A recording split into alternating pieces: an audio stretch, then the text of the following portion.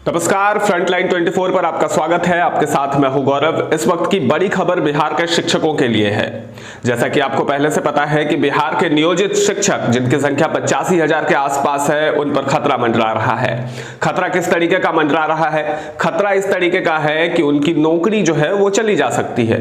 ये शिक्षक कौन है? ये शिक्षक पहले शिक्षा मित्र में हुआ करते थे, फिर 2006 नियमावली के मुताबिक वो शिक्षक बन गए और पंचायती राज नियम के मुताबिक 2012 का जो अधिनियम है उसके तहत वो शिक्षक पात्रता परीक्षा में शामिल हुए और उसके बाद फिर शिक्षक बने अलग अलग स्कूलों में। लेकिन इसके लिए बिहार सरकार क्या करने जा रही है?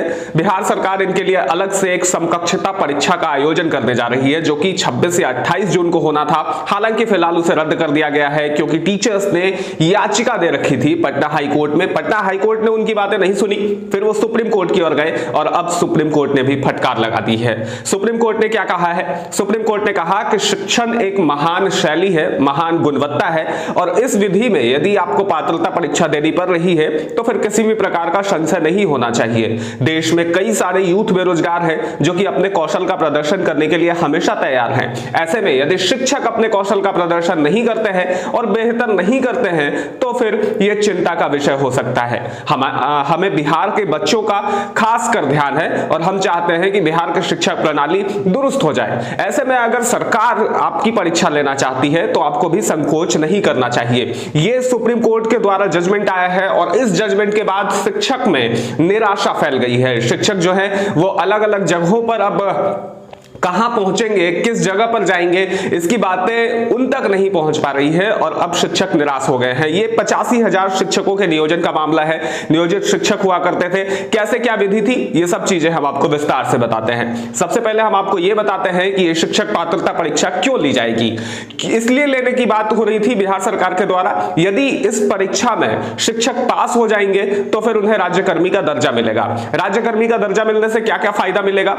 जब वो रिटायर होंगे तो उन्हें ग्रेच्युटी और पेंशन का भी लाभ मिलेगा। इसके साथ यदि शिक्षक अवधि के दौरान उनकी मौत होती है, कोई दुर्घटना हो जाती है या फिर किसी भी प्रकार की कोई प्रॉब्लम आ जाती है तो फिर ऐसे घड़ी में भी बिहार सरकार उनके साथ रहेगी और यदि मृत्यु होती है तो फिर उनके परिवार के किसी एक सदस्य की नौकरी लग सकती है। इसके अलावा यदि कोई दुर्घटना का शिकार होता है तो बिहार सरकार के राज्य कोष के जरिए उन्हें आर्थिक मदद मिल सकती है। इसके अलावा स्वास्थ्य बीमा का भी उन्हें लाभ दिया जाएगा। यानी कि ये जो 85,000 शिक्षक है पात्रता परीक्षा में पास कर जाएंगे तो फिर उन्हें ये बेनिफिट मिलेगा।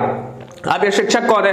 ये शिक्षक वही हैं जिनकी भर्ती 2004, 2005, 2003 और 2006 के समय में शिक्षा मित्र में हुई थी।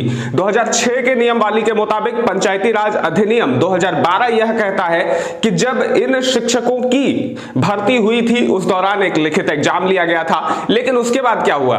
उस एग्जाम को सरकार ने माना तो, लेकिन इन नियोजित शिक्षकों से यह भी कहा कि आपको एक बार फिर से एग्जाम देना पड़ेगा और इसके लिए 3 अटेम्प्ट मिलेंगे, यानी कि 3 प्रयास को करने होंगे। पहले प्रयास में आप नहीं पास कर पाते हैं तो भी कोई इशू नहीं है, दूसरे प्रयास में भी नहीं पास कर पाए तो भी कोई इशू नहीं, लेकिन तीसरे प्रयास में आपको पास करना चाहिए और जब तक आप पास नहीं करेंगे तब तक इन सुविधाओं का लाभ आप नहीं उठा पाएंगे। ऐसे में शिक्षक क्या करते? शिक्षक सबसे पहले पटना हाईकोर्ट पहुंचे, लेकिन पटना हाईकोर्ट ने उन्हें फटकार लगाई।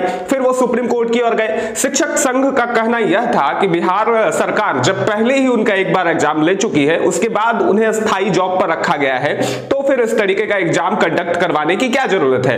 राज्यकर्मी को जो एक सेवा लाभ मिलना चाहिए वही राज्यकर्मी का सेवा लाभ हमें भी मिलना चाहिए। जबकि बिहार सरकार का ओपिनियन दूसरा था। सरकार ये कहते हुए नजर आ रही थी कि ये सभी शिक्षा मित्र के जरिए आए हैं। शिक्षा मित्रों की जो पहले ज्वाइनिंग की गई थी वो अस्थायी तौर पर की गई थी, बाद में उसे अस्थायी कर दिया गया। लेकिन इन शिक्षकों के लिए पात्रता मान्यता परीक्षा जो है वो अनिवार्य कर दी गई। अब ऐसे में ये जो शिक्षक है वो बौखला गए, सुप्रीम कोर्ट के पास गए, लेकिन सुप्रीम कोर्ट ने भी उनकी बात नहीं मानी है। तो बिहार के नियोजित शिक्षकों के लिए बड़ी खबर है, बिग ब्रेकिंग है कि इन शिक्षकों को अब परीक्षा देना ही होगा। और इससे पहले बिहार शिक्षा निदेशालय की ओर से अलग अलग तिथियां आयोजित की गई थी एग्जाम के लिए, लेकिन ये जो शिक्षक संघ है वो मना कर रहे थे, विरोध कर रहे थे। इस वजह से बार बार वो परीक्षा तिथि टाली जा रही थी। अभी हाल ही में 26 और 28 जून की परीक्षा तिथि दी गई थी, लेकिन उसे भी टाल दिया गया और उसे स्थगित होने के बाद अब एक नए डेट की उम्मीद जताई जा रही है और इस नई डेट पर यदि शिक्षक संघ इसका विरोध करता है तो भी उनके पक्ष में फैसला नहीं जाता है। फिर बिहार सरकार के पास पूरा पावर होगा कि वो अपने हिसाब से जजमेंट तय करे। ऐसे में शिक्षकों के लिए परेशानी कम नहीं होने का नाम ले रही है।